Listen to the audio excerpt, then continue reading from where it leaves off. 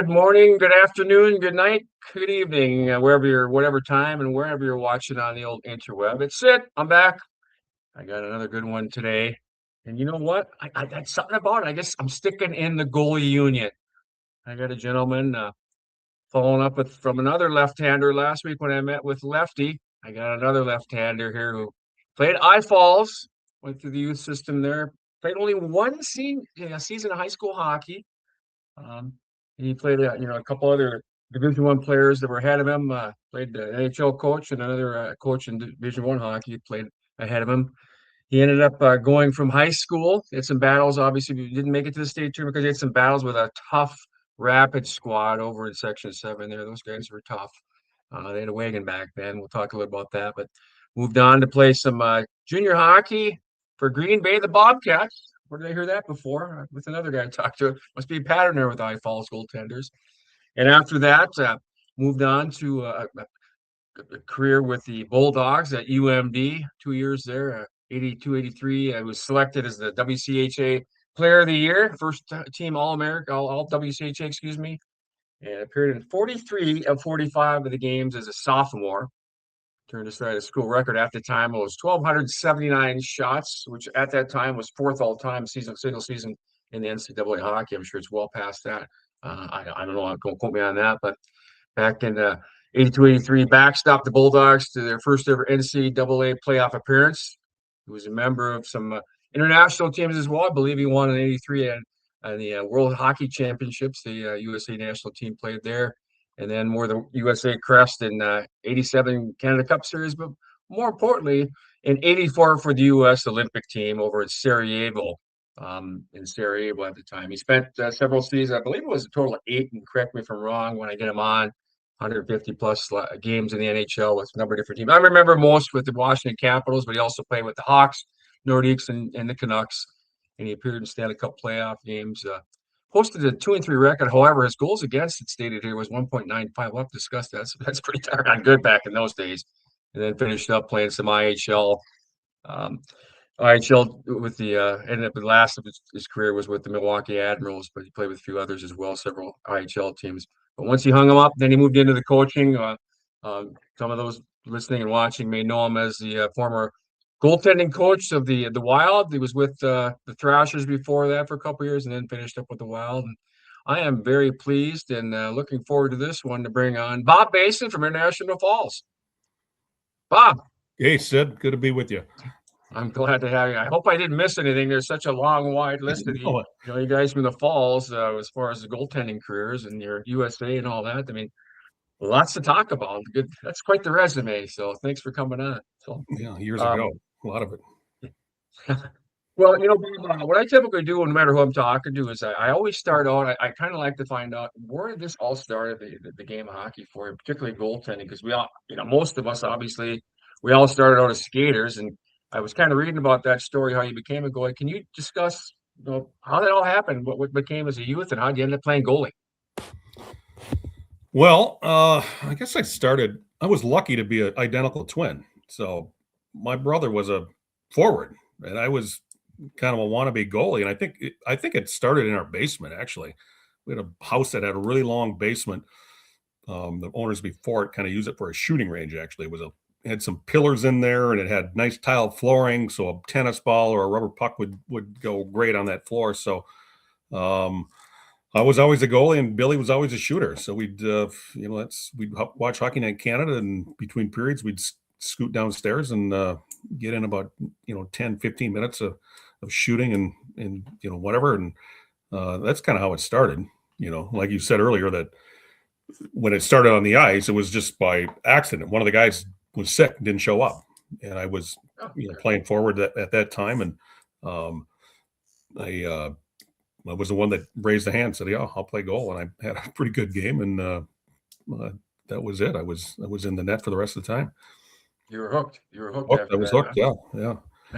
Well, and brother Billy probably appreciated he had somebody to shoot on all the time when he wanted to practice a shot, I suppose. He did. No, he could shoot. Farther down the line here, his first game for UMD, he had a hat trick for his first college game. Really? Wow. He could shoot. Yeah, he was always, really skilled at that. Well, that also helps your game a little bit too when you have a big guy. It did. Yeah. What? Yeah. So, That's why I think I caught with my right hand because I caught with my left hand in baseball and right hand in hockey. And my brother caught with his right hand in baseball. He had a first baseman's glove, so that's what we would use for a catch glove. We were both right-handed shots, so I'd catch the ball. And I remember just putting it down and sending it back to him at the end of the hall or end of the basement. So but I couldn't. I can't throw with my left hand, so my strong arm was my right arm. So a lot sure, of people, sure. how could you catch with your left hand in baseball? And so I couldn't throw with my left hand, so that's why I caught with it. It's funny you should say that because as a kid, I shot right-handed.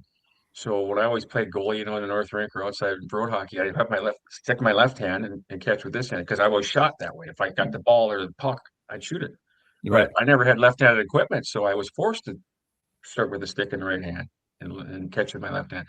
But in baseball, I caught with my left hand and threw. So kind of odd, but I can write with both hands. But on that note, I'm curious, Bob. Speaking of lefties, because up there you had Lefty Curran, and back in the day, you had backup that was a lefty. And then I don't know if with the Lorian, I think he was right-handed, but Constantine, what he was, but yourself was left-handed. And then when I was playing, there was a guy by the name of Tony Kuchar. He was a lefty and went on Oh, to yeah. UND. And a lot of lefties are there. Was that because did Coach Ross, was he left-handed when he played hockey at No, high I school? think another guy. I think another lefty up there might have been Ronnie Beck. Ronnie was on those 64, 5, 66 teams that won. Didn't lose a game in 3 years. I don't think he lost a game in 3 years of hockey. Ronnie Beck. He played at UMD. He was Chico Rush's backup back in the Oh '60s. Played wow. with Surdy. Okay. I think Ronnie might have been a lefty. Then lefty obviously was a lefty. That was a little tidbit on one of the.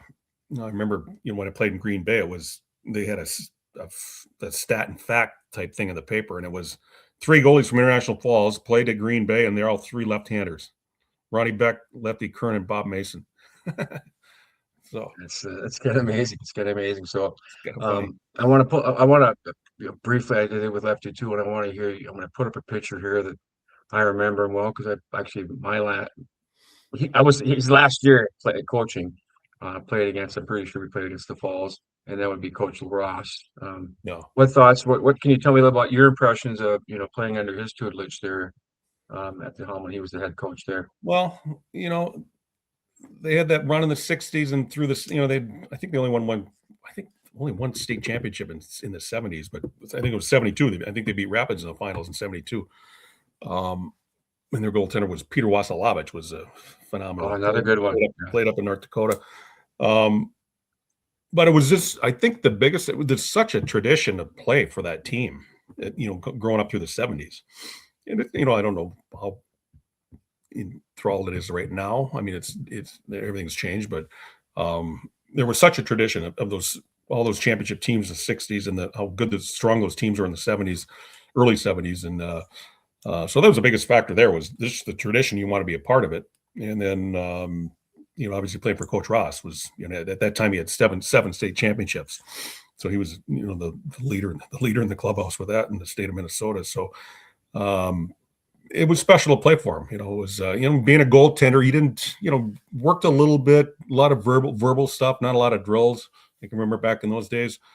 But it was just, the tradition and the excitement to play for that hockey team and play for that city and that school that jacked, that carried on forever. And that's what I remember. It's just, you couldn't wait to put on that Bronco jersey. Yeah, the tradition in that. And yeah, you wanted to be a Bronco. That's good.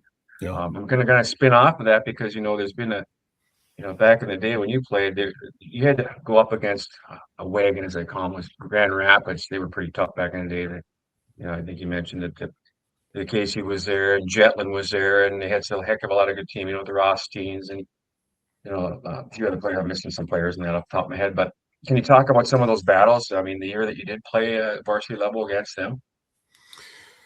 Yeah, that was, John Casey was, like I said, we talked a little earlier about it, where I think he was in Greenwood the year before, and then he had transferred to Grand Rapids. So we got, I think that year they beat us up in Rapids, it was like 4-2, and then we had a 4-4 tie up in the Falls later in the year. And then obviously games, we played them in Section 7 finals, lost 4-0. But They were, yeah, it was, Big Orange Machine was rolling. I mean, they had, like I said, Jetlin won 77, 78, beat, I think Kevin Constantine was 77 for the Falls. Kevin was, an all-stater. I mean, 2 years in a row. Then David Lorian lost to Jetlin in 78, 3-0. I think it was 3-2 in 77, 3-0 in 78. And then, David got a full ride to Notre Dame, played 1 year of high school hockey, played 4 years at Notre Dame. And then 79, it was me against John Casey. And we kind of outplayed him. We outshot him, but we lost 4-0. Casey was, great in that game. And I was just average, I think. But yeah, they had, Tommy Rothstein went to the U, and, the Kleinendorfs, played against those guys in college. Kleinendorfs were out in Providence, playing for Lou Lamoriello, and, Rothstein and Mowitz, and some of those guys went to the Gophers or playing for, Brad Buteau at the time. So we crossed paths with a lot of those guys playing D1 hockey. So, but they had that run there. I think they won seven Section 7s in a row to get to the state tournament. They won it in 80. I'm not sure. I know, like I said, in 72, the Falls beat them in the finals. The other goalie there in Rapids was Dan Clafton back in the day. Danny was pretty good. Oh, Clafton name, yeah. Yeah. I remember that name from Clafton Skate and Ski. I don't know if there's still. Well, yeah, he made one of my first goalie masks, one of the fiberglass ones. So really, okay. Yeah. Wow, that's kind of cool. So, before relating to I'm just going to kind of briefly mention it, but that back when you played, and that section was just a tough one. And now the Broncos, the Falls, they're relevant again. They're in the top 20, single lane, mind you, but that's okay. Out of that section, Bob, I don't know if you follow high school hockey back up there or not, but we're talking 4 teams that could probably go to state and win the state between the Broncos. They're probably going to be a 4 seed, believe it or not.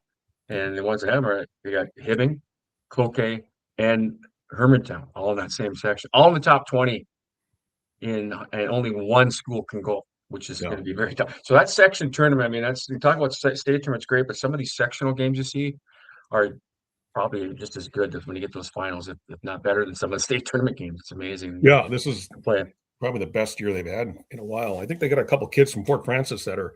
Yeah, they do. They do. As a matter of fact, they're leading up there to top in the state scoring. So yeah, both of them. So.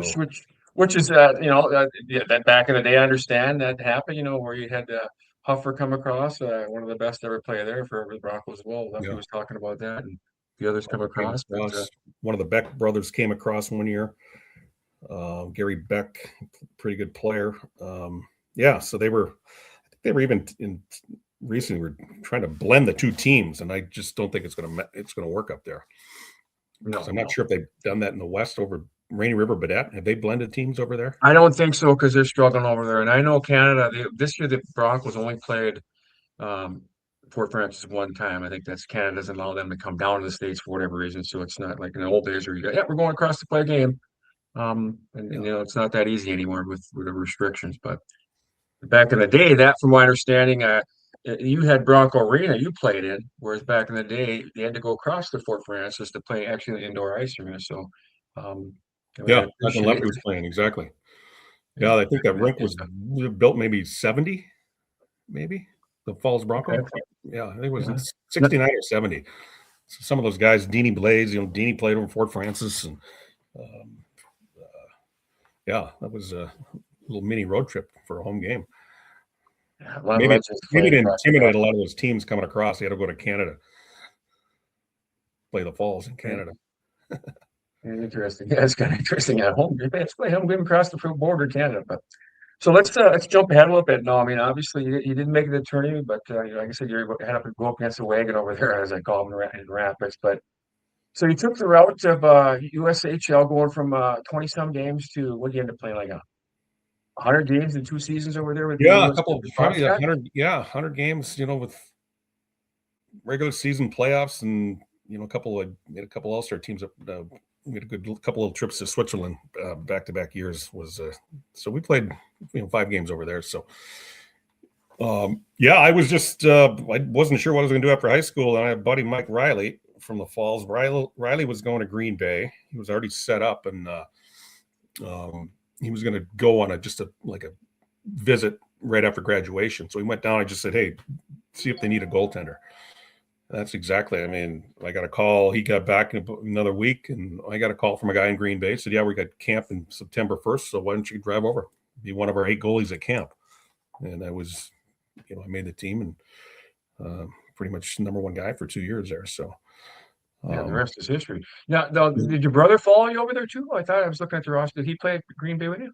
he played the second year. His first year, he didn't. He played junior college, Rainy River Community College up in the Falls, and every time we'd come down to the cities play the Vulcans or there's 3 teams of cities back then. It was St. Paul Vulcans, Bloomington Junior Stars, and the Hennepin Nordiques. So he would jump in the car with my dad. They'd come down and watch me. We have maybe a 3-game set, Friday, Saturday, Sunday down here.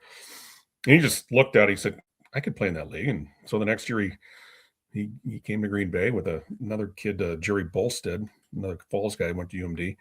And I think he was, third in scoring in the league. So he fit right in. And after that season, he was going to Duluth with me. That's awesome. Well, he was going to be a good scorer because he had to try to beat you all the time at home as a young kid. So he got really good at shooting the puck. So all these other guys are nothing compared to you, right? Uh, yeah, he peppered my glove hand. So I got a pretty good glove hand through the years. I think through the basement games. Crazy. The good old days, the old knee hockey days. So after Green Bay, then how did you end up at Duluth? Was it always to go to Duluth, or were you getting recruited by others, or you knew right away that hey, I'm going to play at Duluth? Well, the first year I got recruited. I remember Minnesota was coming over. Warren Strelo, actually, my old goalie coach. Warren was, a high school teacher in Montemita, and Warren was doing some scouting for the Gophers. And I'd see him in this. He'd always stand behind the goal. Big guy Warren. And he was. So Brad was giving me letters. Michigan Tech. I mean, a couple of letters from schools out east, and Brad wanted me to walk on. That was 1980. That's. He said, if Neil Broughton doesn't come back, I got some money. But Neil went back to school after the Olympics. So and then he called me and said, "Can you walk on?" I said, "Well, you know what? I'm not going to walk on." So I went back to Green Bay that second year. It worked out good because my brother was going there. But I think the first month of the season, Surdy was in there scouting heavily, and I got an offer in about a month for a full scholarship. So it was like, sign me up, I'm going. It was kind of funny because that was a team I watched growing up. Sure, yeah. We were, we didn't get Gopher games, we didn't get North Star games at the Falls. You got CBC, you got the Winnipeg Jets, or you got the Toronto Maple Leafs, and then we'd get UMD games. So that was kind of I was kind of a Bulldog before I was a Bulldog. It's kind of weird, sure. Because that was the team I really liked to play for. And once I got that offer, it was hands down I was going there. So couldn't have worked out any better. And I grew another year juniors. Played about 50 games, and I mean, you don't get better without game time. You can practice all you want. You can't.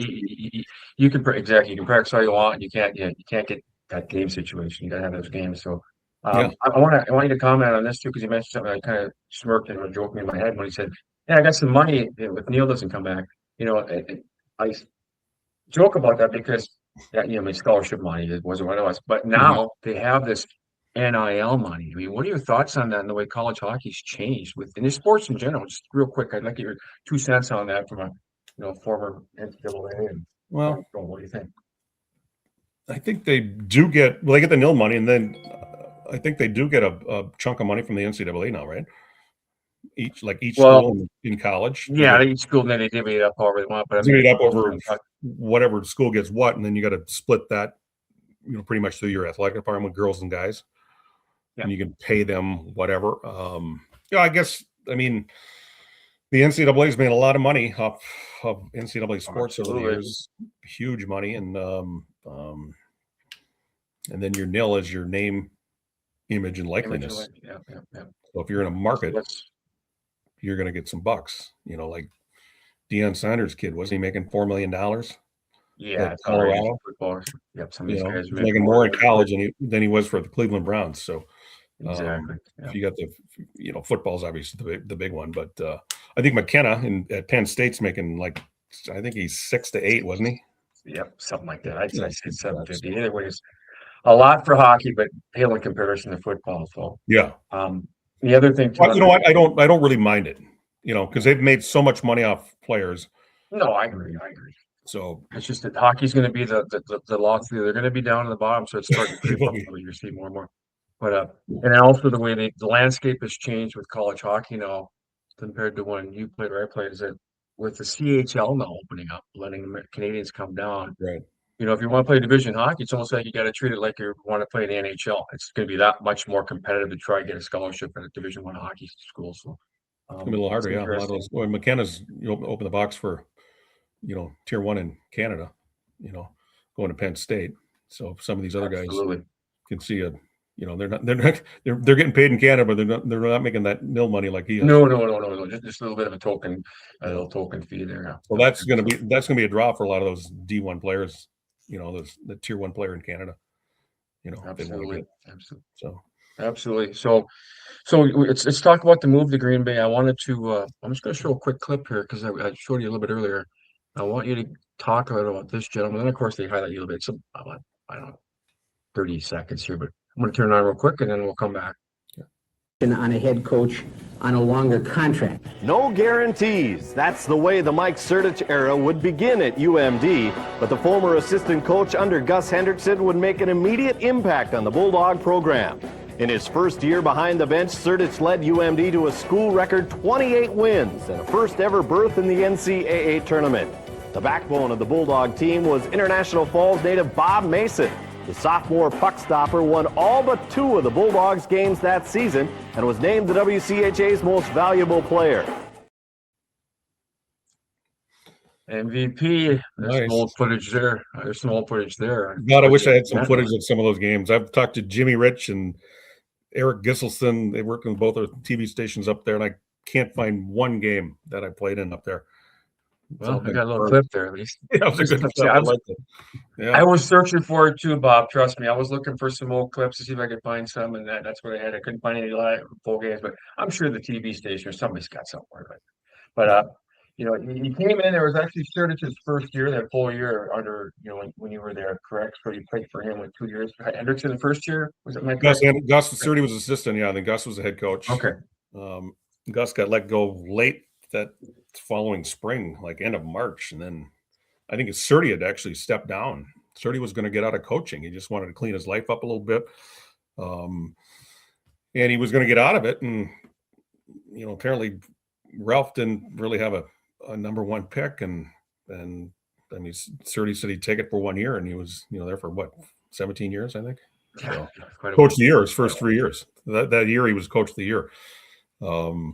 But yeah, he just he hit the right buttons with the team, man. He was more of really a good team coach, team concept. We're one big unit, and we played a great team game, and we had some pretty good play. I mean, Greg Moore was playing back then, and that second year, Tommy Curvers was coming in. Tommy won the Proby the next year.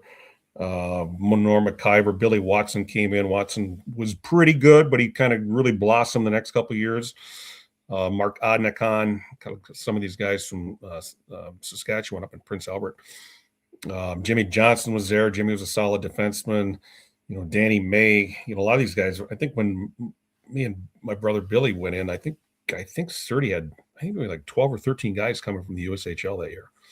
We had Mel Bailey, Kevin Smalley was there. Kevin was a Vulcan. Jimmy was a Vulcan. Danny May was a Bloomington junior star. So we had young guys, but kind of seasoned because they, played a couple years in the USHL.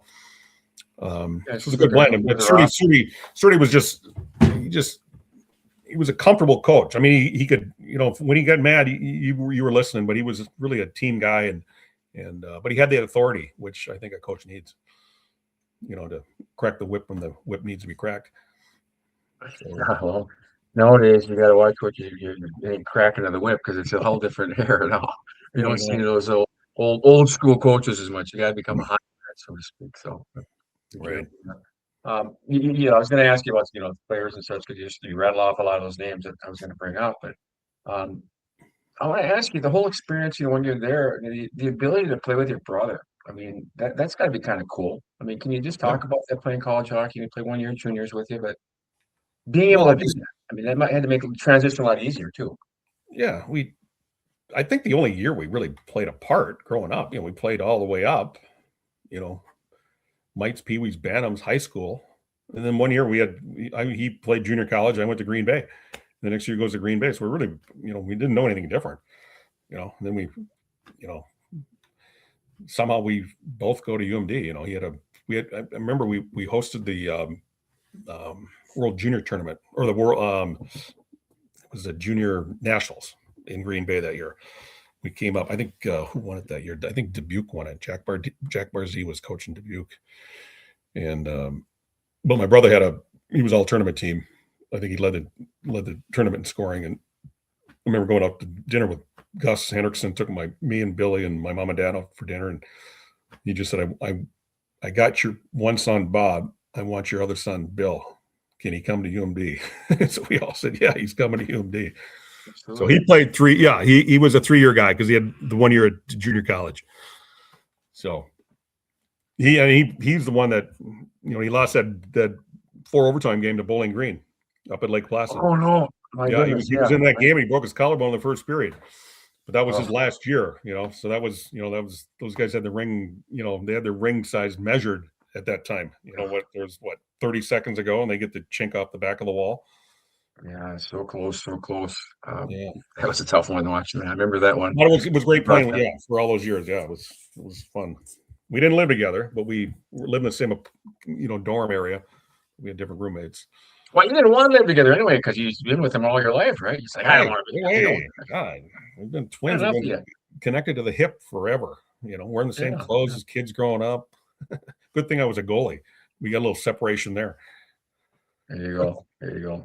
So you're at Duluth then, the 2 years there. No, did we jump? Let me see. From there, you went right into international play, didn't you? So that year was 83-84. So after 82-83, you're like I said, all WCHA.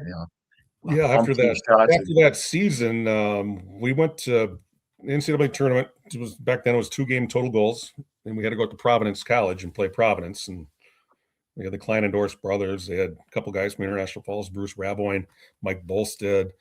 They had Randy Valashek, Richie Costello, a couple guys were on the Olympic team with me. Paul Gay, Olympic team with me.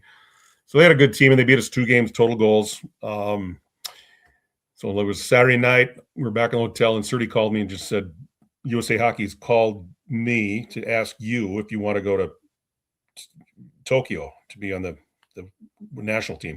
At that time, the Team USA had dropped to the B pool back then. So B pool championships were in Tokyo. So I said, yeah, I'll do it.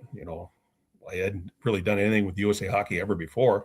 So essentially I was a third goalie. The starting goalie was Jimmy Craig. Jimmy was trying to make a comeback. And then the other guy was Paul Otsby, former Gopher goaltender, Elk River kid. Yep.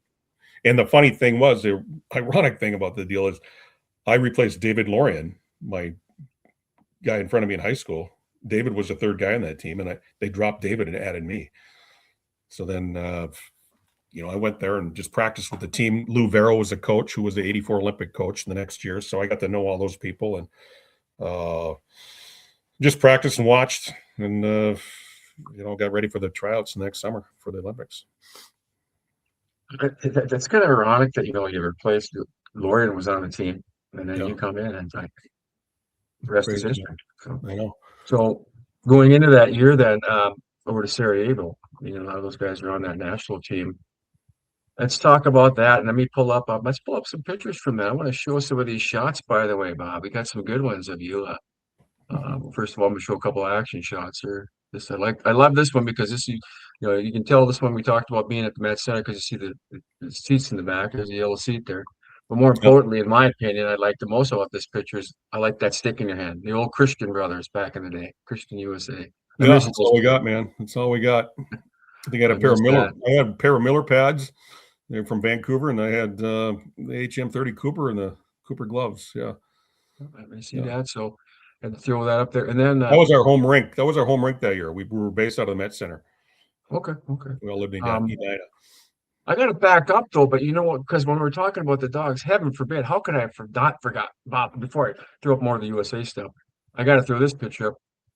Look at that guy with a full head of hair. I mean, I'm envious back then. Look at that shot of you, young strapping netminder there before he goes on to Team Yeah, that USA. was Huh? like I said. Now I remember that was taken at Pioneer Hall. Okay, Yeah, okay, I yeah. didn't think a second That about was that. a Duluth And sign then back there. Yeah, that was our practice and then rink if we couldn't I skate at the forgot I was deck, we gonna could skate over there. throw a couple of these other ones in there too, because there was some. And this, is, of course, you were in the old. Was that an old Jofa type helmet there? That doesn't have That the was a same thing like Jofa. lead hand. Yeah, Jofa bars, Jofa helmet. Love that helmet. I started wearing Jofa. I got hit in the eye my second year in Green Bay. I had about 6 or 7 stitches under the eye, so I Nice. the old fiberglass. So I put an eggshell Jofa on, and that was the first year I had the hard shell Jofa, Okay. and I wore that. I got that catch glove and that helmet were stolen out of. We were, What? the trials were in Colorado Springs the next summer, and I made the team. We had a 10-day break, flew home, flew back. My helmet's gone and my catch glove's gone. So that's the Oh, last time I saw that geez. helmet. Yeah. Yeah. Well, I'm sure one other Yeah, Bulldog picture Jofa. here because it's against the Gophers. And There's that Jofa I helmet think again. Yeah. yeah, there's that helmet, but there's that. The question was, did you stop Butsy on this shot? Was it going? Did you get a piece of it? Went off the post, or was that going in? I mean, you're always going to say you stopped it, of course. Never going to say Looks anything like, you know before. what? It could be coming back off that post. Curves. That's Tommy Curver's 22. Curves got his, he's got the stick out there. Yeah, I think it hit the post, and that could have been a playoff game. We had to go to Minnesota, and that was a 2-game total goal series. Actually, we didn't win the series, but we won the second game, and we got the bid at large that year. We had that's when we went to Providence. That Okay. I think that series went like 6-2 on Friday night, and then we beat them 4-3 on Saturday night, and we got the bump over. Actually, it was North Dakota. They didn't get the bye. They didn't get the bump. Remember, that was a big thing. Gino Gasparini was not happy. I bet not. I bet not. No, I'm going to jump back into USA hockey, but before I do, I cannot. It would be remiss if I didn't bring up some of the rivalries back then. I mean, back the old WCHA. I miss the old WCHA with you Yeah. guys, with the Gophs, with the Sioux. They'll always be the Sioux to me. I'm still going to call them the Sioux. And the Badgers. I mean, there was some bloodbaths with you guys. Actually, this weekend, I'd love to go out. I may actually go up and watch a game. I see them. I think the Sioux were in town, the Fighting Hawks now. Yeah. But can you talk about some of those battles? Because I mean, there's no love lost between any of those teams back in the day, the old WCHA. Yeah, it was fun. Like growing up watching that, and all of a sudden you're part of it. You get the coaches involved. I mean, Bruteau and Badger Bob and Gasparini and Surdy and God, who was coaching at Denver was Ralph Backstrom. So we had, it was, Nodak had, they had some tough guys. They had some skilled guys. Casey was a goalie there. Darren Jensen was the other goalie there at the time. Darren played some pro hockey, played against him a bit. Darren was solid. Minnesota, they had Jetlin going and Paul Butters going, and Paul Otsby were kind of a 3-headed animal for goaltending there at that year. But they had Butsy and Rothstein and Bugstead and Griffith and Jensen and Hirsch, and played with some of those guys with the Olympic team.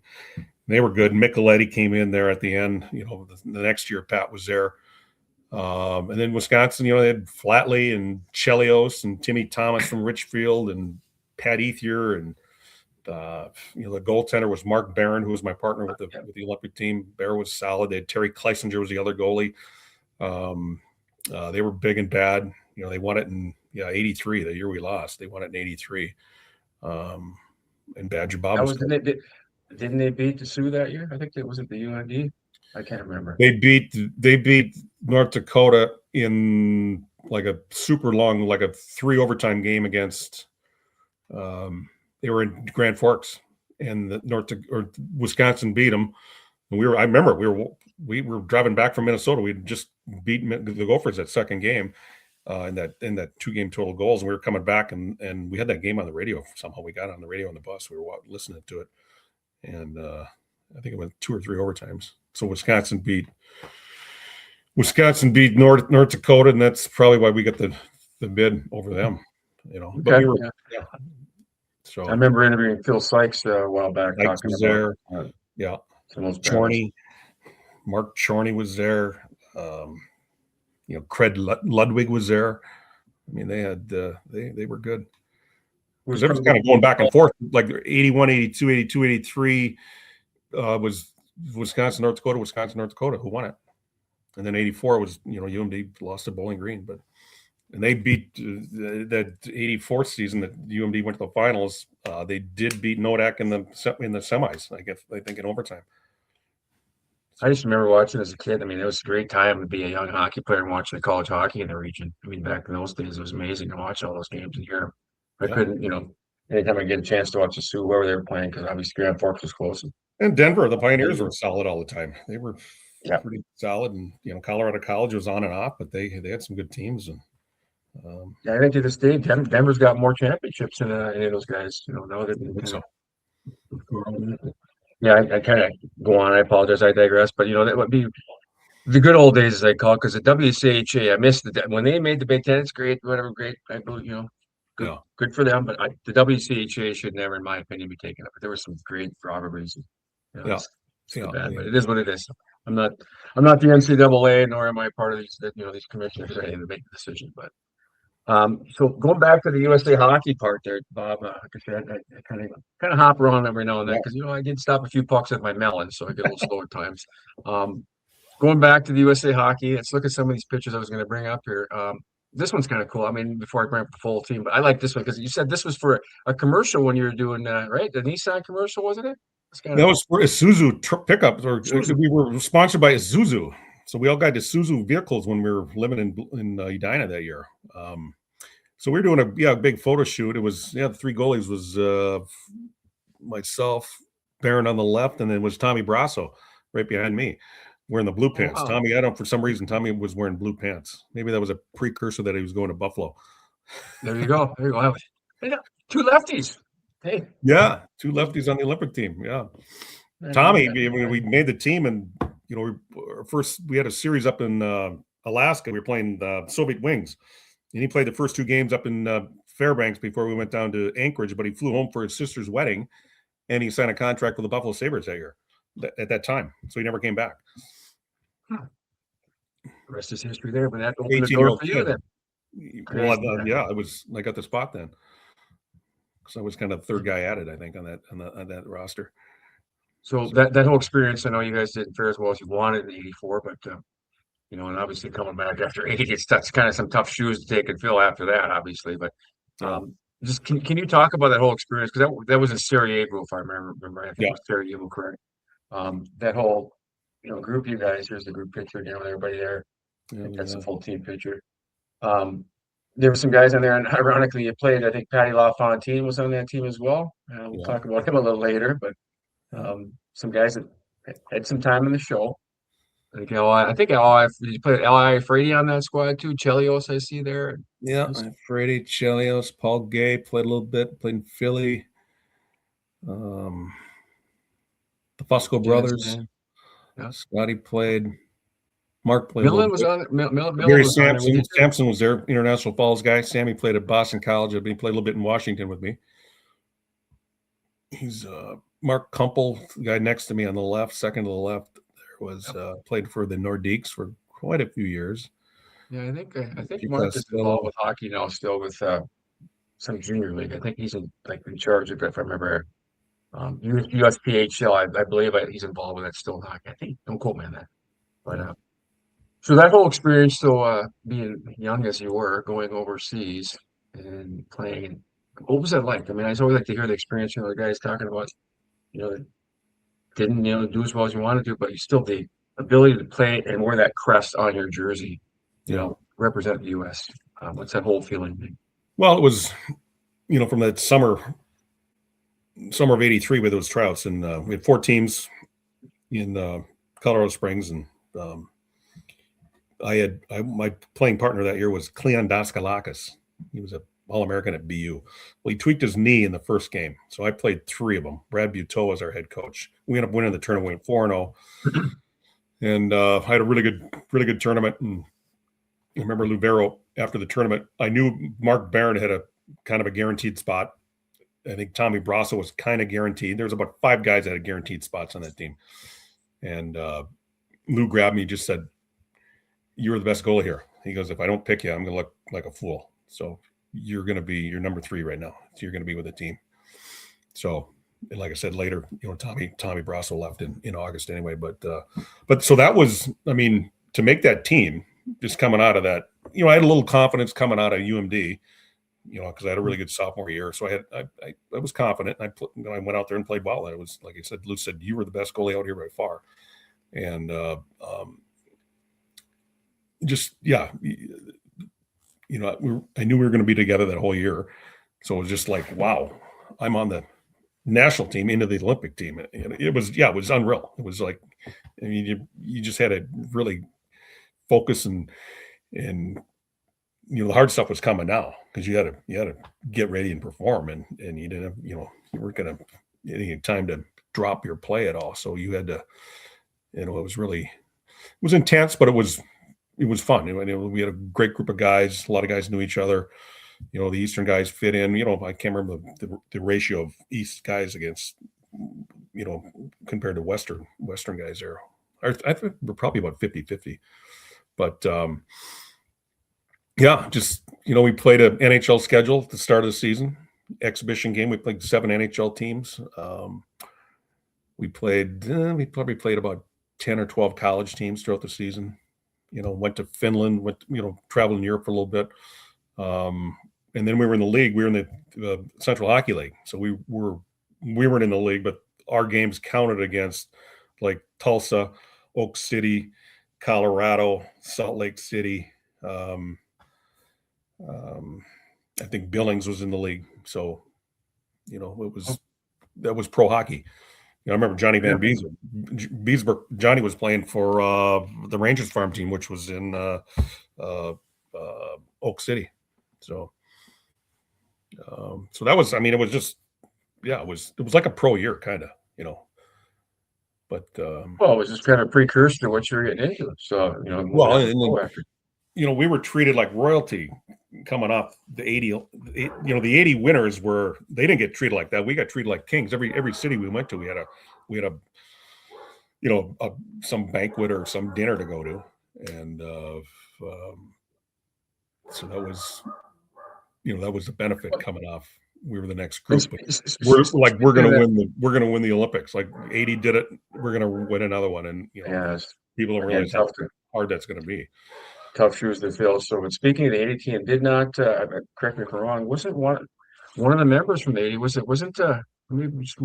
John Harrington on your squad? Did he make? Yeah, we had 2 guys, Phil Verkota and John Harrington. Okay, both. So yeah, so that, how did those guys? They won the gold, and they're working with all these. They're older now. They're 4 years older. How did they handle the situation with you guys? As far as leaders, their leadership. Yeah, they were good. They were, both of them didn't play pro hockey. They were both leaders on the team.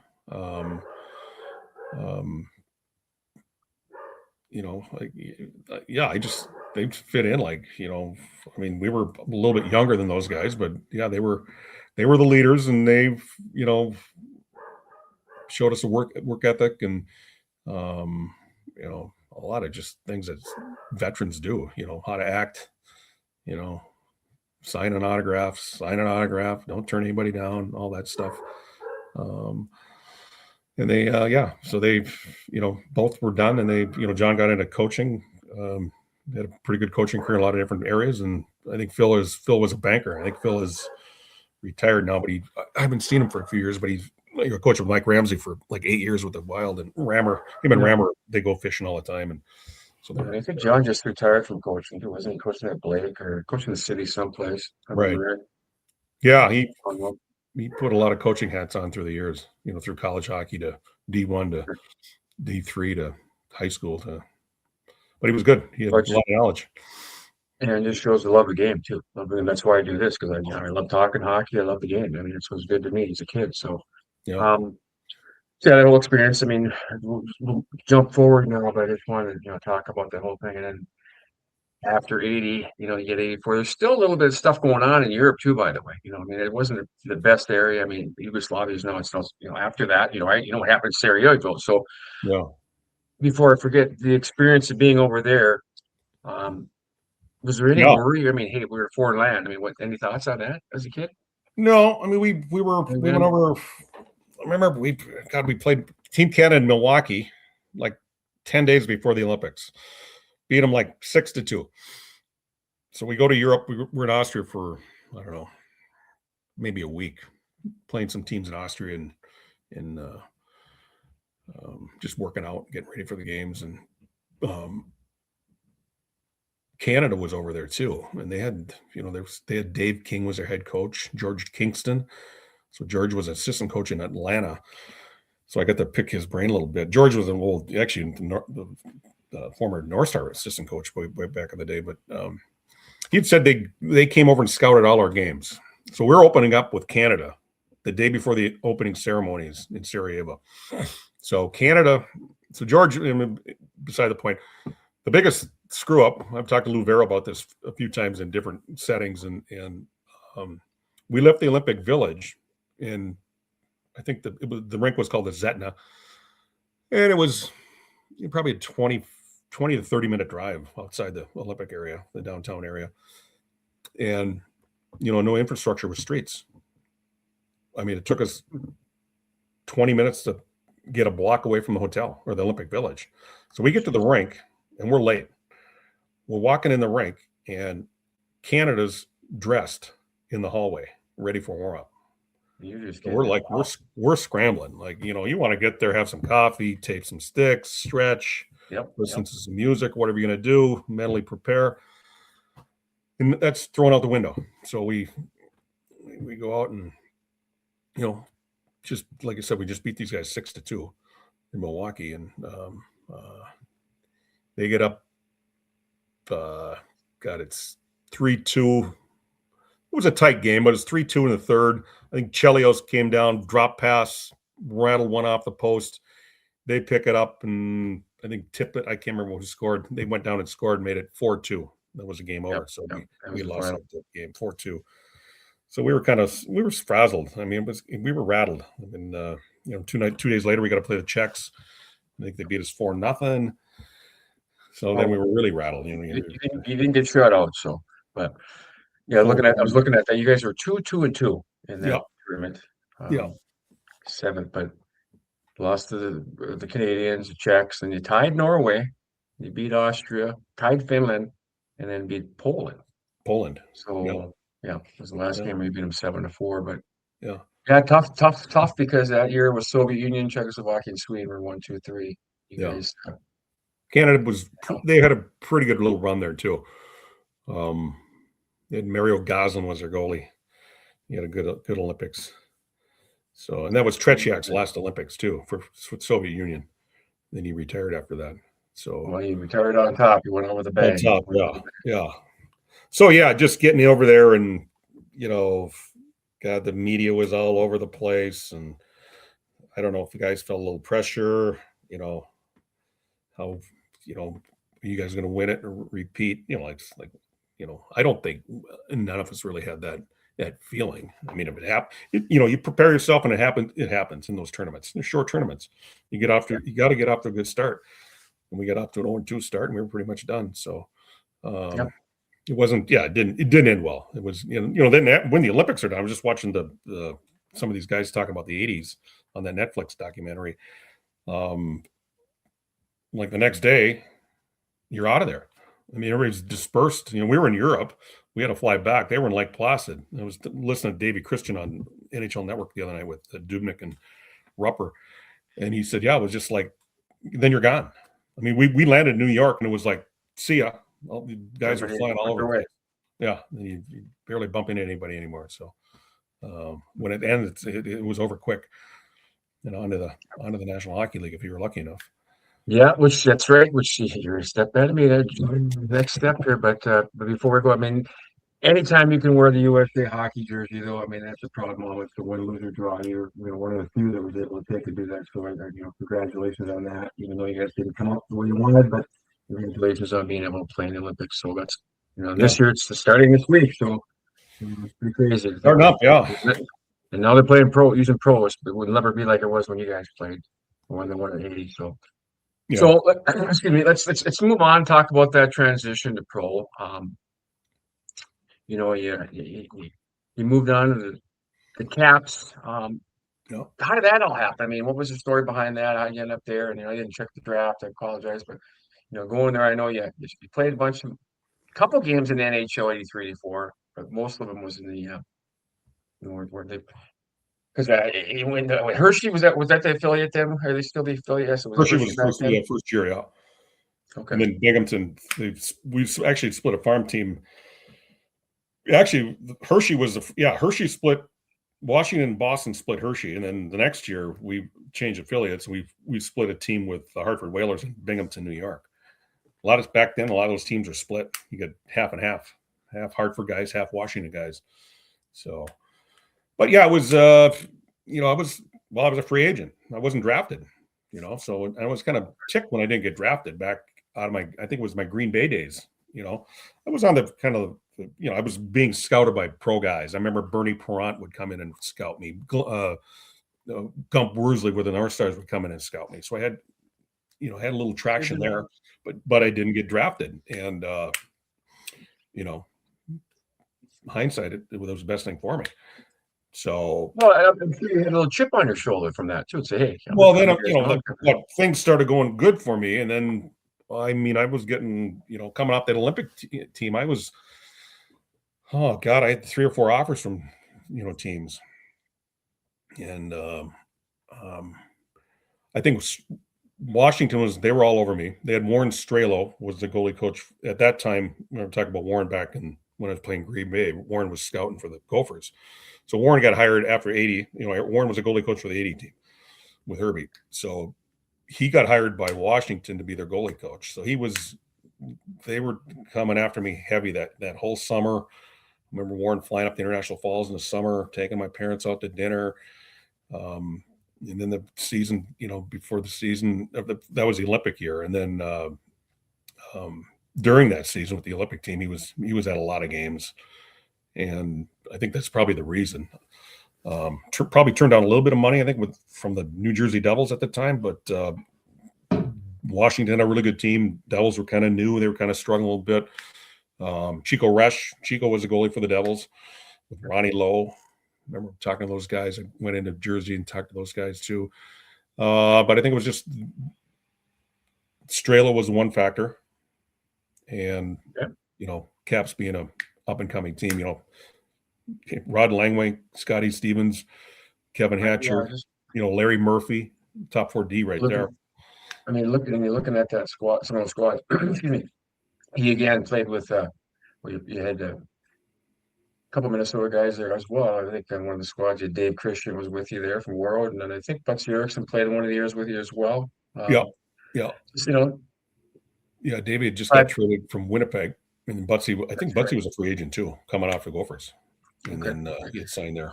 And then your leading scorer, your leading scorer, 2 of you guys, were not bad players. And one of them's a Hall of Famer. Mike Gardner, I think, was on, a couple of those squads you were with. So, but can you, we'll go into some other things, but can you just talk about the experiences playing with those guys? Because like Scott Stevens, as a defenseman, you think about it. I look at some of the Hissick.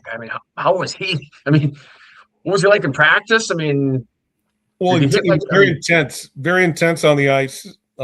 Pretty mellow off the ice. Actually, I lived with him. Me and a couple of other guys. Yeah, Scotty was single. He had a girl from Kitchener, but he had like a 4-bedroom house, so he had 3 guys in there paying rent at this house. So it was Scotty's. It might have been his. God, it might have only been his second year. So. Yeah, those guys got intense on the ice. You had to, man. It was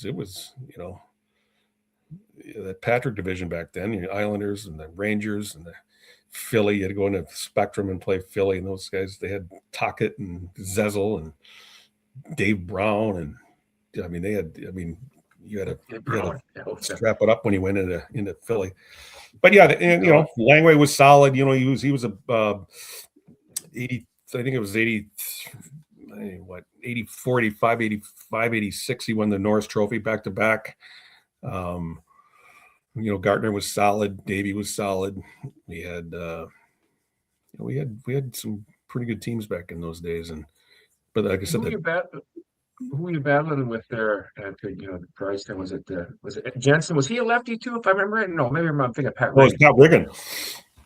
Yeah, Pat Riggin and Al Jensen. So the year I came in off the Olympic team, I played a couple games. I may have played one, and then I got sent down to Hershey just to finish. A couple weeks left in the season, finish off down there. But that season, when that season ended, those guys won the Jennings Trophy, lowest goals against in the league. Pat Riggin and Al Jensen. They're both coming back. I kind of got stuck behind those guys, and then you get on down to the minors, and you got to you just never know when somebody gets hurt, and that's my little mini call-ups a lot of the times. Somebody gets sick, somebody be hurt. I go up for 2 weeks, and then you got to be ready to go. You got to practice well, and if you get a game, you got to play well to leave those impressions. And so you always had to be ready. And I think it was that first year I was in Binghamton a lot, more so than Washington. And then the next year, that's when they ended up trading Al Jensen to L.A. And then it was, let me see. I think Pat Riggin got traded first. Pat Riggin got traded to the Boston Bruins for Pete Peters, straight up goalie. Brian Burke was my agent. Brian Burke had Pete Peters for a client too. Berkey was living in Boston. And he called me up. I remember he called me up. He goes, "Mace, I got great news. Riggin got traded. Bad news, he just traded for Pete Peters, my other client." And then Al got hurt. Al was battling injuries that next year, and they traded him to LA. So it was me and Pete for a couple of years there. You guys are banging back and forth, which leads me to I know we talked about beforehand, and I know you probably get tired of it bringing it up, but I got to bring it up. And I'm going to show a video, and we talked about it beforehand. I'm going to do the little clip. You're not in it, but they're talking about the game you highlighted, obviously, and then I'll come back. So I'm going to bring this video up, and let's show it, and then we'll talk about the game. The Islanders were a great playoff rival for the Caps. We'd always run into the Islanders. And you just thought, okay, we're going to have to do it in Game 7. This is your chance to do it. You can feel the tension in this place. During the regular game, I wanted to be out there every other shift. Fourth line hardly played.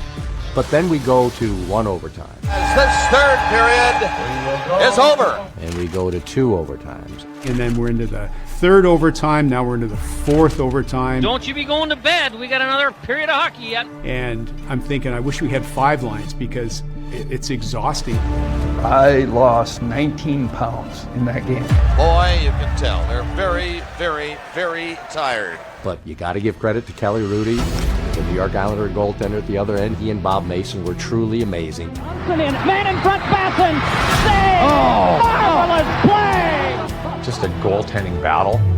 Both teams just couldn't finish off, so it just kept dragging on and on. That's getting stopped by Rudy! I can't believe this goaltending! And then, of course, in the fourth overtime, Pat LaFontaine. Behind the net, turns around and fires, and the shot blocked by Hatcher. LaFontaine throws a shot and a goal! On a deflection, the Islanders win the series. I can still hear the puck hitting the post and ricocheting in. Yeah, that was crushing. You're right in the middle of the morning of Easter Sunday, and there's no place to get a drink when you really desperately needed something to get yourself. No place to get a drink. It was Yeah. So 3 a.m. We didn't. I think we got out of the rink about 4 in the morning after decompressing.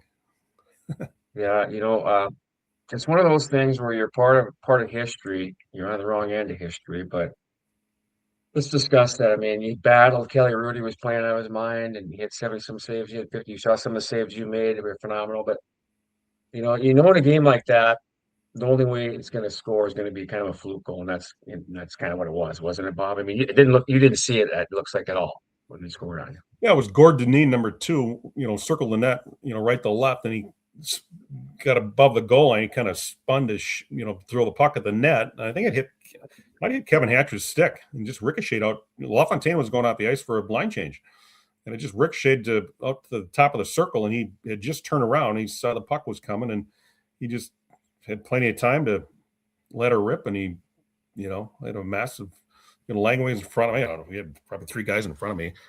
Yeah, I just never saw it, and off the short side post and in, I guess. But yeah, I think we we might have hit 4 or 5 posts during that. Those, that was a game, a game and 2 games in a period, And the other thing was Andy Van Helmen was a referee, and I was talking to David Poyle about this, I don't know, a year and a half ago, and David said that game will never be broken. It'll be the longest game 7 ever because Andy, there was not one power play in 4 overtime periods. There was one call was 4-on-4 incidental, so no power plays, and it was semi football game at times out there. Guys are getting dragged down, but that was back. That's how they called it back. Yeah, exactly. Had to practically spear a guy and practically kill him to get a penalty in overtime. Yeah. But yeah, it was. Yeah, it's just crazy game. Crazy game. And looking back, I'm sure. How often do you get asked about that game? I mean, it's like, I'm sure you get asked about a lot or talk about it. Yeah. It's history. Well, I did this must have been 4 or 5 years ago. They did Hockey Night Canada was doing. I was in the net for. They always talk about. Oh, sure. Guys scoring goals. So I did a thing on. I was in the net for Pat LaFontaine's overtime goal. So the tying goal was like about 5.5 minutes ago in the third. Was Trottier came in on his backhand, kind of beat me on a kind of a tweeners, and I'm wearing the old Lane goalie skates, and something happened. My ankle buckled, and it goes 5-hole, and Andy Van Helmen's talking to me. I said, Andy, something's wrong with my skate, and he let me go to the bench, and the rivet on the outside of that Lang goalie skate had sheared off. So what do? I don't have a backup pair of skates. And Brian Murray did not want to put Pete Peters in. Pete's been sitting there for 6 hours. Yeah. Well, that was end of the third, so that was 3 hours. So I played the last 5 minutes. I think I had a shot with a broken boot that could have snapped. And we got off, took the skate off. They just put a nut and a bolt in there and tightened the nut. That's how we fixed it. I remember those. I had a pair of those myself, Langs, as a kid. Oh, they were comfy. Rivets you're talking about. Yes, they were. Yeah, the boot inside boots. I like that. Well, you had to wear them up north because that liner boot, the liner was like a slipper. keep your feet warm. Yeah. But I remember watching that. And I'm like, what the heck? I mean, because it just kind of like it was like handcuffed you. You couldn't. It was like, what? Yeah. When you got scored, I'm like, something's up. And then lo and behold, it's just skate. I'm like, and then I can relate to them because I had those pair myself. And I know I had a rivet or two probably pop on me in my day when I used those. But yeah, the rest of the history. That was a great goal. So it went on and on and on and on. So I know we're going to kind of start winding down here, but hydration levels. I mean, was it Adam said he lost 19 pounds on tail end Langway? I think he was talking about it. He cut Langway off. He had a comment, but how much did you lose that game? Let people know that watch this. I think it was like 15 pounds. Like I said, it was like, the neck, you didn't really feel it after the game. You were in the locker room and, we were all drinking just drinks and Gatorade and water and might have had a beer, but the next day it felt like you were totally hungover because you're so dehydrated. And I had a headache. I had the body wasn't feeling good, headache, totally dehydrated. So I had to really suck some water down for a couple of days. So that's a lot of, that's almost dangerous losing that much weight in a game like that. And that rink, it was Landover, Maryland, Cap Center. It was in the spring. It was muggy there. And it was so hot in that rink. And, I switched underwear between every period because you're just soaked. Gloves get soaked. Back then we had, I think I had 2 catch gloves and two blockers, and they were soaked. You have to rotate them, every not period. To mention the leg pass, Bob. I mean, how wet when you're playing that many, you're up, down. Yeah. You're scooping up water as well. You had to be in those columns on the pad. I had those. Yeah, I was wearing the Cooper Durasofts that year. You know, they were all beat up. I mean, they were like a year and a half old. So like the guys now get. I mean, they get 5 or 6 sets of pads in the over at the Wild. Yeah. We'll talk about that when you get. We were like, we could get 2 catch gloves, 2 blockers, and maybe you might get a second set of pads maybe in the spring. And then you'd break, they'd be broken in for the next fall. It's a little different. Crazy, and those things were heavy. I mean, I wore those Kaniskis. I mean, those things were 7 pounds each. Those 14 pounds you're wearing on your legs. You know, I had a pair of the old Browns back when I played in college. And those things the old horsehair. Yeah. I remember one year they had that big rain. It was flooding in the cities back in the 90s. I can't remember. And they were sitting in the garage. They had a little space in the side garage, and they got rain. And my buddy called. He goes, "Hey, Sid, we need a goalie. Can you play?" I'm like, I haven't put my pads on in a while. They're going to probably be soaked. And sure enough, I put them on. They must have weighed 100 pounds. It was so bad. If I ever went down, there's no way I was getting up. It was so heavy because of that horsehair. Unbelievable. The pads were so bad back in those days. And now you can pick, the kids I coach, you guys you coach, you can pick up both pads with like 2 fingers, like it's nothing. I mean, there's nothing. It's amazing. They're like 2.5 pounds each. It's crazy. It's crazy. And you can wear them out of the box. They're just symmetrical. They just fit they just come together perfectly. They're so much better. It's crazy. Yeah. And more costly still, but I don't want to go on, to talk a little bit about retirement. But when you were through your, end of your career that you played, obviously with the Caps, I don't even know what's for the Caps, but finish up a little bit with you played with a couple other guys that I want you to talk about too. You did a tandem with Panger for a while there in Chicago, and you played with the Stasties, I believe. I think you played with Stasties and Sakic. So can you just the experience of playing with those cast of characters, because the Stasties alone, they had to have a story, because when you were finishing up there. They defected from Czechoslovakia to get over. Yeah, so that after that Cap game, I was unrestricted free agent, and so it kind of came down to Chicago and Washington who I'm going to re-sign with, and so the money got back then it was pretty good money, so I took a bigger offer with Chicago, leaving a pretty good team, goalie coach I trusted like crazy. Went to Chicago, and it was training camp. It was Panger, myself, and I think Murray Bannerman. So Murray was, I think, a little on the outs with the ownership group there. I don't know, something happened the year before, and he was sent down to the Baltimore Skipjacks, playing on All-Star a couple times. So it was me and Panger the rest of the year, and I got to know Panger really well. And little guy, I mean, he's got to be 5'6" maybe at the max. 5. Not your stereotypical goalie in today's day and age, that's for sure. Yeah, I remember we were skating at Chicago Stadium. We're flying to Edmonton, and we get up out of practice, showered up, go to the bus, get on the bus, go to the airport, and there was a box on the hallway, and it was from Brian's goalie equipment. And the box was so small, everybody said, well, Panger's got his new gloves here. Well, we opened the box up, and there was leg pads. They're like 27-inch pads. Oh, my God. Yeah, that is tiny. That's fun. Yeah, and he wore them right out of the box. He played the night in Edmonton. I think we had a back-to-back Edmonton-Calgary. So he played in Edmonton, and I can't remember if we won or not, but he had like 49 saves. And these little white pads he was rocking. It was hilarious. That's awesome. Yeah. They had some cast of characters on that brief stint when you were with Chicago, too. I mean, Chicago, Danny Savard was rolling. Savvy had a great year the year I was there. I think he was third in league in scoring. It was, I think, Gretzky and Yzerman and Savard. Steve Larmer was fantastic. We had, Rick Dougie Wilson. Was there, yeah. Who?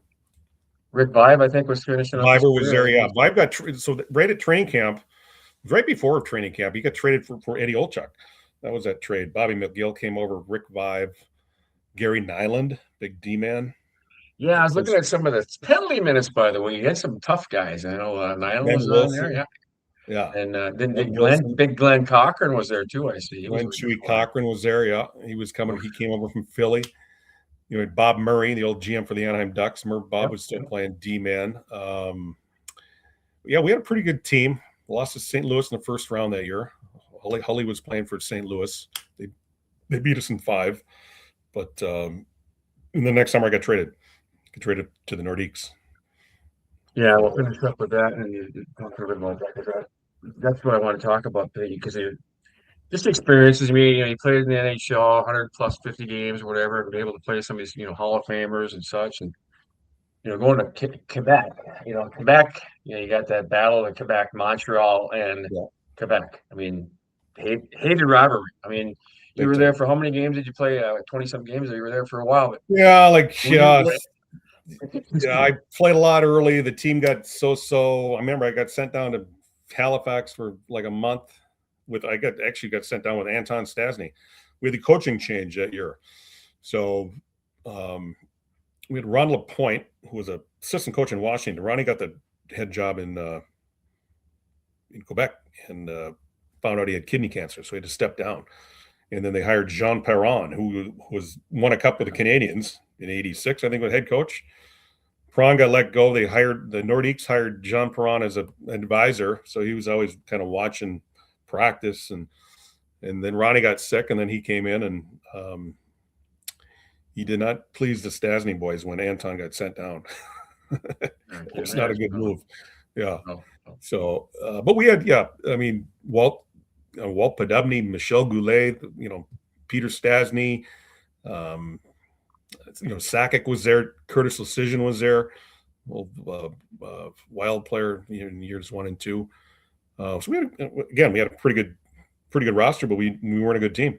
We were like 3rd or 4th to last in the league that year.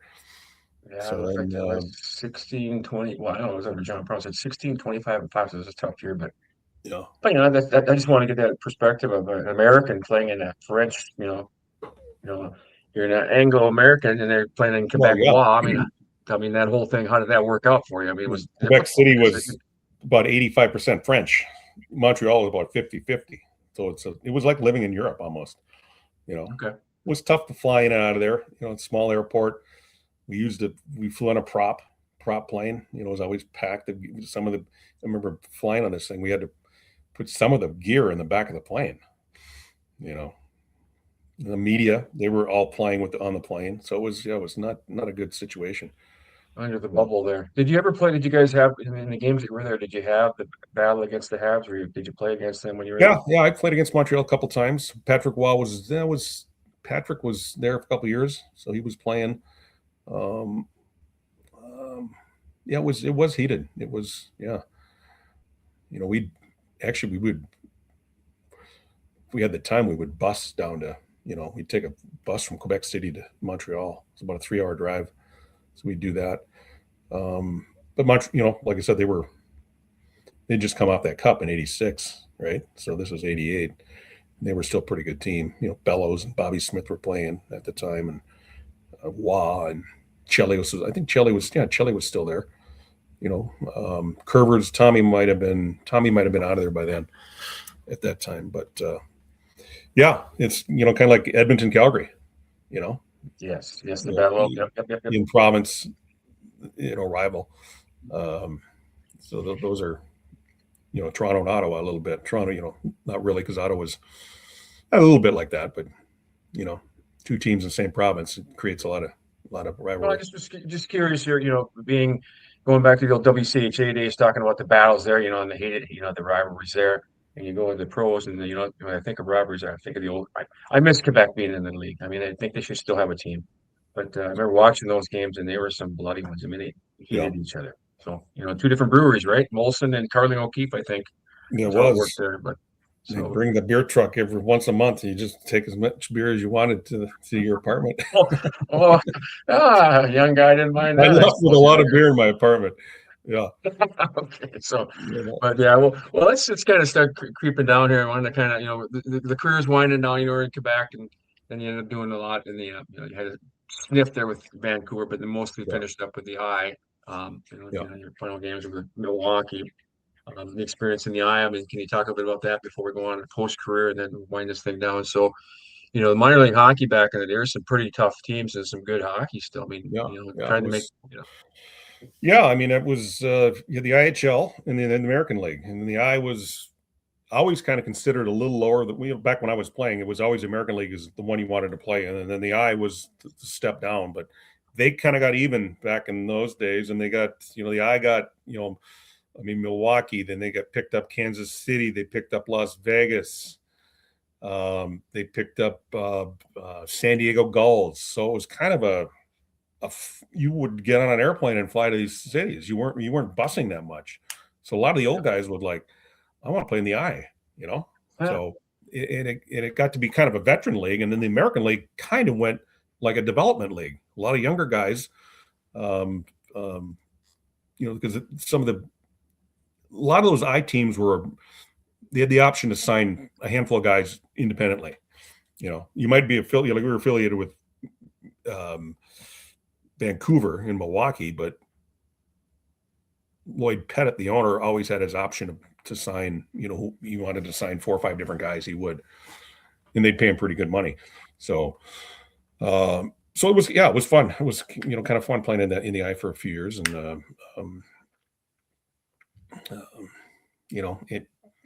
I wish I didn't have to, but, I was still liking hockey and didn't know what I wanted to do after hockey. So I kept getting these minor league deals. I said, okay, I'll do another year. So that's why I kind of kept hanging on and doing that. I see one of the rosters, looking at the rosters, and I know I got to kind of start wrapping up for you, but and that Milwaukee squad, Larry Dick, Manitoba guy, was he was a goalie. Was he a lefty too? Was it Larry No, lefty? he's a righty. Okay. Yeah. Okay. I can't remember. Just another regional guy that he's been involved with a Dick name in Manitoba and hockey up there. Yeah. No, Larry was a solid goalie. He was semi-blind in one eye. Oh, really? Yeah. Oh my goodness. Yeah. Oh, yeah. I did not know that story. That's a story itself. Yeah, Larry. Not the position you want to play without both eyes. No, good eyes, that's but for sure. I think he played most of his career in the I, in the American, minor league hockey. He didn't get a lot of sniffs up top, but he could have. He was a pretty solid goalie. Yeah. So. For those Milwaukee teams, you had some pretty good squads. It looks like some of those players, Herkus Circus on one of them. I remember. Yeah, Tony played a couple years. Got them Tony pretty good. Jimmy Johansson was there for a few years. Gino Cavallini Cavallini was on that Bowling Green team that beat UMD in the overtime game. So Gino would always have his ring on. Bragging rights. There you go. Look at this. Pretty. See what I got. You guys doing so? And I think one other name that comes to mind, by the way, Coach Peter DeBoer. Did you play with him? Peter DeBoer was there. Yeah. Peter was. He was a Vancouver pick. He was. Played a couple years with Peter. Yeah. Smart, I don't think he got a lot of sniffs with Vancouver. He played a little bit, but he was kind of just remember one of the assistant coaches, Peter Berkovic, he gave him the nickname because Peter was always a drill wrecker. First in line, he didn't know the drill. And so Berkovic started calling him Dum Dum DeBoer. That was his nickname. But later, he went on to, when he was done playing, he coached some, major junior in Canada. Then he got his law degree, so he's not a dum-dum by any means. But no. It reminds me. Now I think of the Flintstones. The Great Gazoo, Dum. He said, "Hello." You remember the cartoon Flintstone with the Great Gazoo? Yeah, right. Dum DeBoer. That's interesting. Well, he's just a kind of a drill wrecker. So yeah, and it's funny he went on to coach. Now he's probably a stickler about drills now. Oh, I bet he is. Yeah. So, well, want to wind down here, Bob. I got to talk about the retirement because you get out of hockey, but you didn't get out of hockey, so you ended up going into the coaching side of it. So you started with the Thrashers, and I think a Minnesota guy was in the road, Damien Rhodes down there with you. I don't know if I think he was on the squad when you were coaching, but and then obviously you spent many years with the Wild and some great hockey goaltenders. I'm still talking before, and I got one of Rolly's sticks here. You coached him, Manny Fernandez, and Backstrom. The Harding, just a slew of guys at the Dubs. Can you talk a little bit about that, the transition from yourself being a player to now coaching that position? And back, you've seen it evolve. I'd also discuss this. So I kind of want you to dabble with this a little bit before we finish up. Yeah. Back in the 70s, 80s, 90s, now today. Yeah. The year I retired, like 86 or something, 85.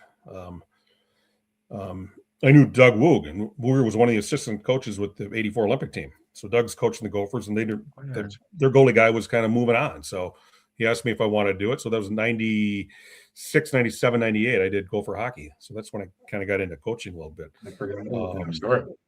Yeah, and we had I had Stevie DeBus for a couple of years and Adam Hauser for a year. And then I got the job in Atlanta. I had Brian Burke was running Vancouver Canucks, and Berkey called me, said, your name came up to be a goalie coach. Glenn Hanlon, the old goalie for the Vancouver, Detroit, whatever. Glenn was the goalie coach for the Canucks when I was there, and he was going to be the head coach of the farm team. So they needed a replacement. So my name popped up, and it sounded like I was going to get the gig in Vancouver. An old goalie in town here, Jack McCartan, 60 gold medal winner. Jack was scouting for Vancouver at the time, amateur scout. And I remember him calling me up. He said, did you sign your contract? And I said, no, I haven't. He said, well, I talked to Brian Burke, like 2 days ago. He said, he's going to sign you. Well, it never happened. Berkey went a different way and got Andy Moog. Andy was from British Columbia guy. Andy Moog was doing the pre-scouting for the Atlanta Thrashers. So Andy gets a job. Berkey's thought it'd just be a better fit. So Atlanta's jobs opened. So I got on the phone and called Don Waddell and Les Jackson, flew down there, interviewed, and I got the Atlanta job that Andy Moog just left, and who took the job I was supposed to get. How funny is that? So I'm kind of a part-time guy. I'm kind of a goalie consultant. So I'm kind of working, living in Minneapolis, working Orlando. Solar Bears was their farm team in the Atlanta Thrashers, and Damian Rhodes was the signee. Rhodesy was coming out, I think, out of Ottawa. Tech, free agent. Michigan Tech college too. So, so then from there, you were there for sure. Well, then ended up with Minnesota, and you were there for I don't know how many years, several years, 10 plus years, if I remember right, Bob. So 18. Part of that ended up, 18 to be there. Wow, crazy. I look back. So 18. I got behind me. If you can see that one jersey, it was when the All-Star game was here in 2024, 2004. 2004. Rolly played in that game. It's crazy to think. I look back, I'm like, man, where does the time go? But you've seen a lot, and you've seen a lot. We talked about the equipment changes and things. So can we just discuss before we move on to final thoughts, how the game has evolved from not, hockey in general, from the position of goaltending, from, talking to the old timers like Gary Johnson Barroso, who played Wisconsin, and Lefty Curran, no mask, straight sticks, back nobody, so there was no worry about getting hit in the face as much because the guys couldn't lift because it's flat, no curves. But to now where the equipment is just like you can lift up the pads, and the styles are different. The guys are bigger. There's no small guys anymore. And then you talk, and you talk about Andy Moog was even that big, but you talk about Panger. Yeah. Just can you, in your own words, and talk about the state of goaltending now compared to when they're crazy athletes now. It's way like it's. Yeah, it's probably as strong as it's really ever been. These guys, like you said, these guys most of them are big and very athletic, and the equipment certainly helps. More of them play on their knees now than ever, and they're good on their knees. They can move on their knees well, and that's partly due to how good the pads are these days. The pads allow you to do that. The goalie pads, the way they're made now. But when I first came in, it was, like I said, I got into it through doing goalie schools with Warren Strelo. Warren, I connected with Warren, and I just kind of fell into it. It was kind of weird, but that's how I kind of got into it. And then, starting with them, we were edge guys. Hold your edges, hold your edges, hold your edges.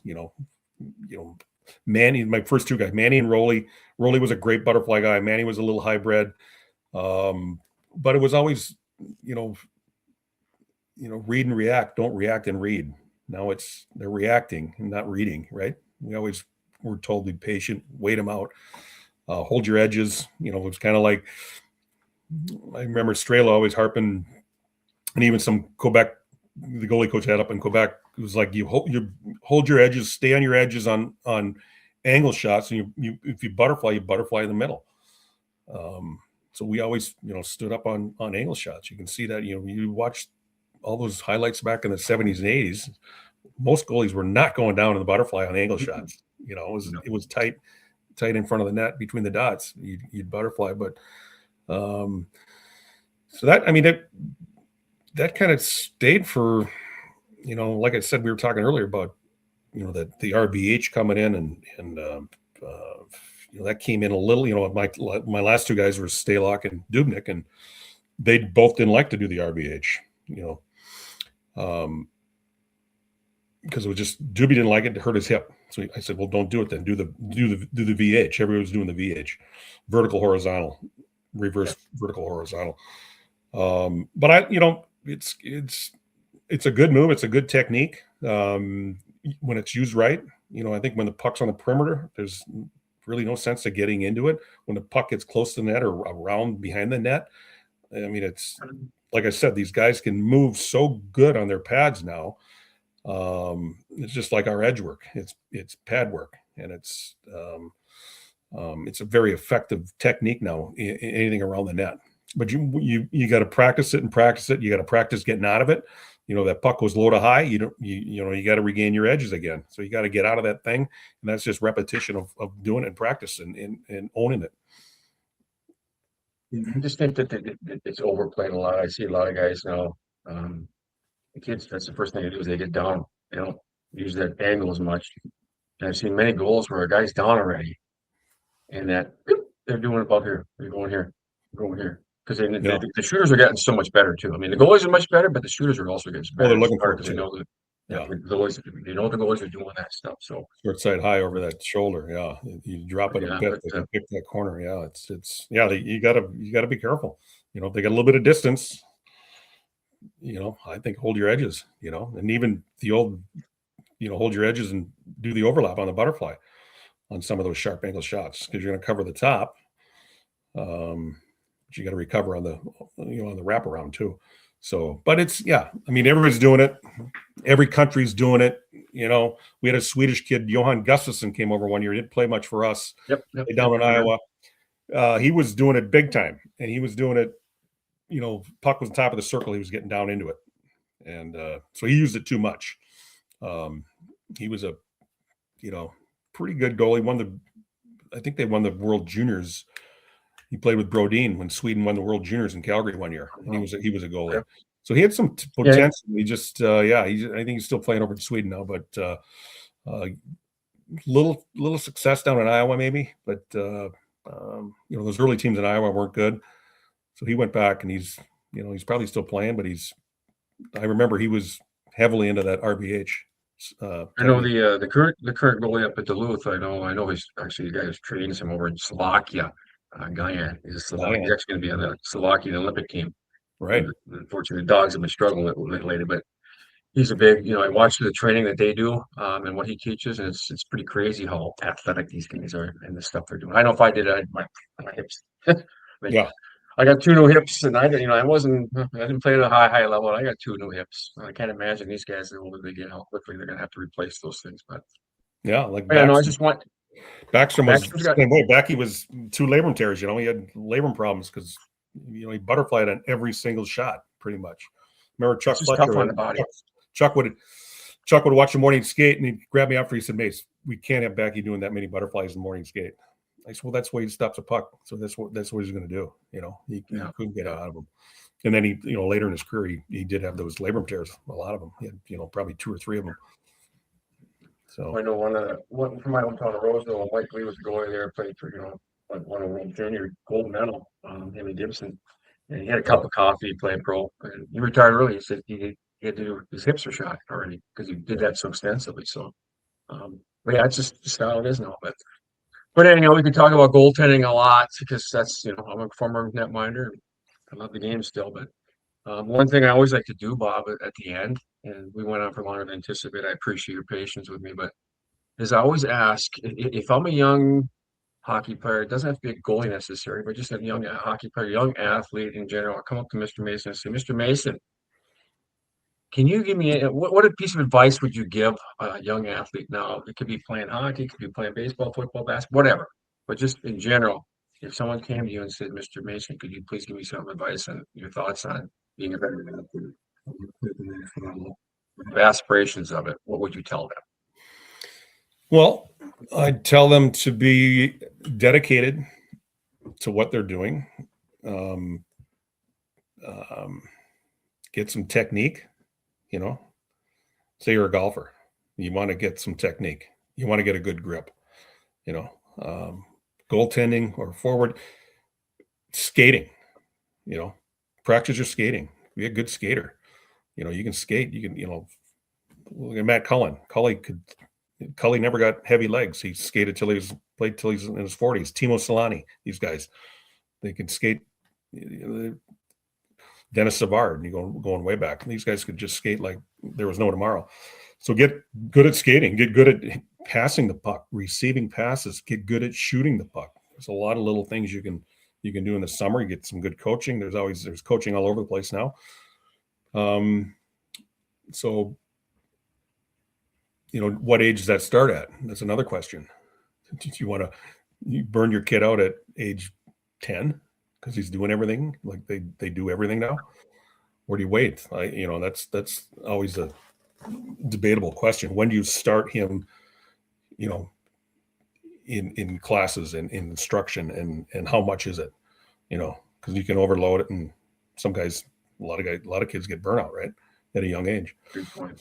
But be dedicated, love it, work on your skills, your fundamentals, and then when you're young, you get your fundamentals. They never leave you, and you'll work on your fundamentals till the day you retire. You go to the pro hockey. Say a kid from Minneapolis. All of a sudden he's 12 and he goes to the pro hockey. He plays NHL for 20 years. He's going to work on his fundamentals every single day. That's what I told my goalies all the time. You've got to master. You got to work on these fundamentals daily, and they're easy, but they create. They give you a lot of help, and they avoid you from being, if you got solid fundamentals, it's always going to avoid. You might get into a little slump, but you're going to kick out of it. You're not too far from getting out of it. If you got bad fundamentals, a bad foundation, you get into a rut, you could be in it for a while because you can't flip out of it quick enough. So those are, I think, the basic skills for what sport you're in is vital to excel at and to keep them. Like I said, you'll keep them till the day you retire. Well, that's wise advice coming from a guy who came from here as a player, as the rookie card, yeah, to going to Coach Mason right there, showing him with some of the goalies he's working with there. I think he said that's there. Nicholas Darcy Kemper, Team Canada this year. Darcy. That's right. So yeah, just showing the beginning, the beginning and the end. So when you were playing in this picture, to this picture, and you always, we're always coaching. We're always much more comfortable in that sweatsuit. yeah, I bet you are. So, well, I really appreciate it, Bob. We probably won longer than you wanted to, but I could talk hockey all day. It's just experiences, telling your story, and those people back in the Falls. They love seeing. I said you're going to be interviewing. I'm going to share it again for people up there. Head coach from the Broncos, actually, he shared it up there. So okay, anytime you can talk to Broncos. So being a former Bronco and a 2-1-8er and a former goaltender, I really do appreciate the time you gave to me today, because it's my pleasure to hear it from one of the best to come on I Falls. And I thank you so much for doing this today, and I'll share this, and I put it on Facebook for the people back home, and then I got my YouTube channel. I'm going to start promoting more, but I'll probably put a couple clips on the broadcast too. All right. Some snippets that you did, but I'm glad Lefty called me, gave me a heads up. Yeah, I'm glad he did on my behalf. He's a heck of a guy. Two lefties up there, and two damn good lefties coming on the Falls. He's quite the character. Yeah. So they broke the mold when they made Lefty. They broke the mold. Yes, he did. So we didn't quite hit the lefty current interview length, but I know darn close. We're close. Well, Bob, thank you so much. I'm gonna let you go, or have your good remainder of the day. And again, that was Bob Mason, former Bronco, former NHLer, and former Wild coach, talking to me today. So thank you so much. And thanks, Sid. I'm Sid Thompson. So long, everybody. Yeah.